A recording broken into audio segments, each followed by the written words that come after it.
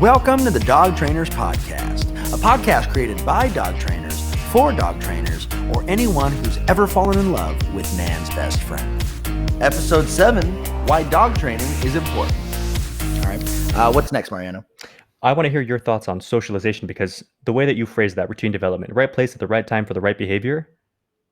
I know socialization, in particular, is something that you've taught me a ton about throughout the years. So I'd like to hear you if you could. Yeah, no, I love that. So socialization to me has a couple different tiers to it, right? So one form of socialization is what I call exposure, right? So we just want to take dogs when they're really, really young, and we want to socialize them by exposing them to different environments, different people, different animals, different sounds. And let's be realistic. You just have to socialize your dog with whatever their life is going to be, right? So if you live in the country and you only hang out with 5 people your whole life, do you need to do extensive human socialization like someone in the city would? For the benefit of humans, yes, but realistically, don't break your back necessarily feeling that you have to, socialize the heck out of that dog if he's only ever going to run into 5 people or 5 animals, Right. In his whole lifestyle. So what we want to do is we want to expose dogs to the areas of our lifestyle that we would potentially run into now and in the future, right? The other part is going to be what I call interacting, right? So we have to teach dogs, and sometimes dogs teach each other. Like we have to teach dogs how to interact with other humans, right? So some of the most common behaviors that we see when they're young, so many puppies are biting, they're mouthing, they're nipping, and they're doing things that they would do to another animal. And teaching our dogs how to appropriately interact with humans versus teaching them how to interact with other and how to act with other animals based to our human standard. This is where it varies. And then the other aspect would be what we consider to be manners, right? So part of socialization is going to be self-control, decision-making. Socialization goes a little further on the third tier, where we are actually going to expect our dogs to behave a certain way in certain contexts, right? So if I have a dog on a leash, is it good manners for my dog to just leave my side and bolt and want to go sniff the other dog? Or is that bad manners? For me, as a human and as a dog trainer, that to me is one of the most unsafe things that a dog can do. If my dog loves dogs so much that without permission or without self-control, he just impulsively runs over to that other dog and says, "Oh, hi, nice to meet you. Can I sniff your butt?" The likelihood of my dog getting snapped at, bit, et cetera, is a lot higher. Now, this doesn't mean that we don't let our dogs play with other dogs. It just means there's a time and a place, like dog parks or open fields or play dates with dogs, day cares, where we can allow those dogs to actually integrate and socialize with dogs in an appropriate fashion off of a leash. Yeah, and because it's not necessarily reasonable to expect a dog to understand all of these mannerisms of like when and where. That's why they ask for permission. Can I do it now? No? Okay, good. Yeah. We'll let you know. And ultimately, all of this stuff, to really bring it all together, dog training is so that we can keep our loved 4-legged furry family member safe, right? Because we take these animals, these dogs who, they come from wolves, but they're 33,000 years, domesticated, and it's a different species. But they have certain instincts that if we don't teach them how to behave in our world, they run the risk of either damaging themselves, damaging others. And we don't want that for our loved ones. Not at all. Right. Sorry, I was just trying to think. What was it? Our loved Pets, our loved 4-legged pets. Loved 4-legged furry family member. I'm trying to say that fast in my head. That's what you said. I know. Hey, we'll listen to the playback. We'll see what I said. Yeah. So just to move it along, I want to talk a little bit about behavioral development. And if you notice that it sounds similar to the phases of socialization, it's because a lot of dog training, a lot of the tools that they learn kind of bounce off of each other and kind of add to each other. And so they kind of learn these things at a similar speed. An example being behavioral development would be the things that you teach your dog directly, how they start to have indirect benefit. Okay? So we were just talking about manners. If you teach a dog how to sit and you really drill sit with a release because we know that sometimes people don't always teach a release. It's like sit, good, sit, good, sit, good. But it's you Hmm. sit and then you have a release command. Yes, break, okay, whatever the case. What you're drilling is sit and the release command. But also if you start to drag it out, sit, give it a second, okay, break, whatever the case. Hmm. Inadvertently, without the dog necessarily even realizing, you're teaching patience. You're sitting until I say go, and then you can have the food. Even if you see it in my hand, even if I bend down toward the ground as if I'm kind of mocking me handing it to you until I release you, then you can have it. So, behavioral development is something that the dogs become more well-rounded other than just face value of commands. Like my dog can sit and lay down. I've heard this one before. I know you have too because we were in the same room. I think a couple times where it was like, Right. he's super well trained. He's really good. We did this training, that training, this training, but he's really nervous around bicycles. He's really nervous around big trucks. And Hmm. so a lot of times it's hard for people to bridge those gaps. My dog knows this, but now how can you make him like calmer and happier? Right.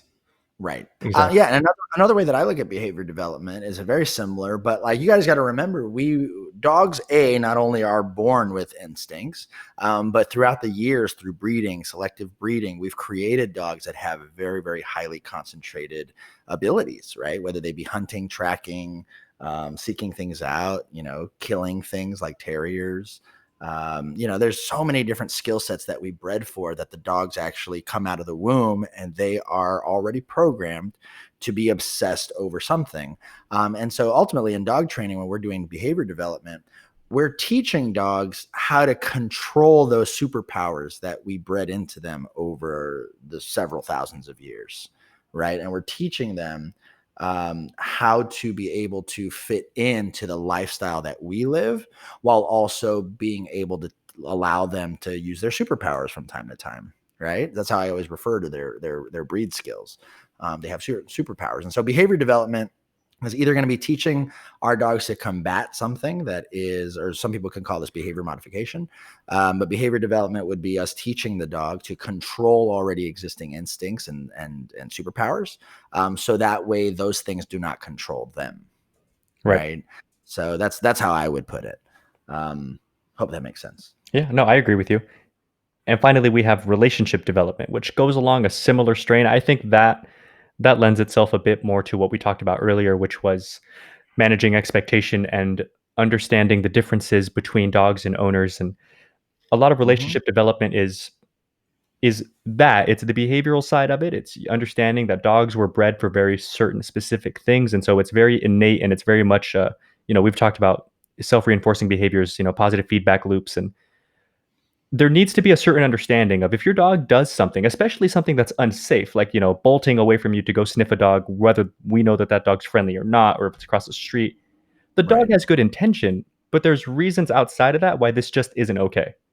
Right. And so we're trying to Right. find that middle ground of how we can get there. That's when we talk about the obedience and everything else, socialization. So the dog knows what to do, when to do it, but the owners and dogs need to understand mutually why this stuff matters right now. And how can we best manage what I expect from you versus you being able to do enough of what you want to just enjoy your life and be a great and happy dog.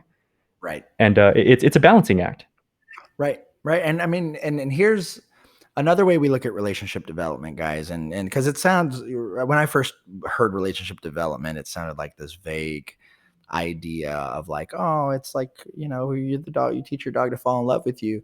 Or you teach your dog to, listen to you better and just adore you more. So to ultimately relationship development is really having a clear understanding of what your role in the relationship is and an understanding of what your partner wants and needs, right? That's ultimately what the relationship development is. So from the human standpoint, we have to know how our dog is, what their little nuances and ticks are. We have to get to know them to that intimate level. And on that same note, our dogs need to know what our ticks are, what our moods are, what our communication styles are, and most importantly, what we expect from them. Because the key in the relationship is if I understand you and you understand me and we're consistent with it, then you will start seeing a huge behavior shift in that person's presence, right? So I think, like, as a dog trainer, one the biggest complaint we get is like, the dogs are always better when you're around, right? You ever hear that, Mariano? Oh yeah, he's always good. I think I heard it today. He was just really good today. I think it's because he knew Yeah. you were coming.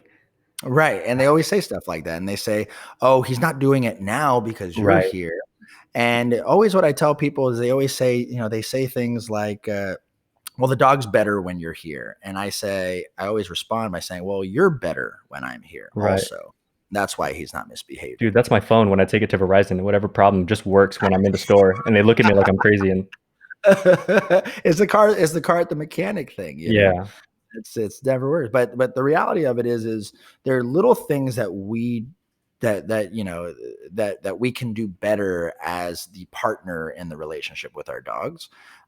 Whether it be more empathetic, be more understanding, be more consistent, develop more confidence and security in our relationship with our dogs. Like literally, I've seen every simple thing that could go wrong in a human relationship. I've seen it go wrong in a dog relationship. right.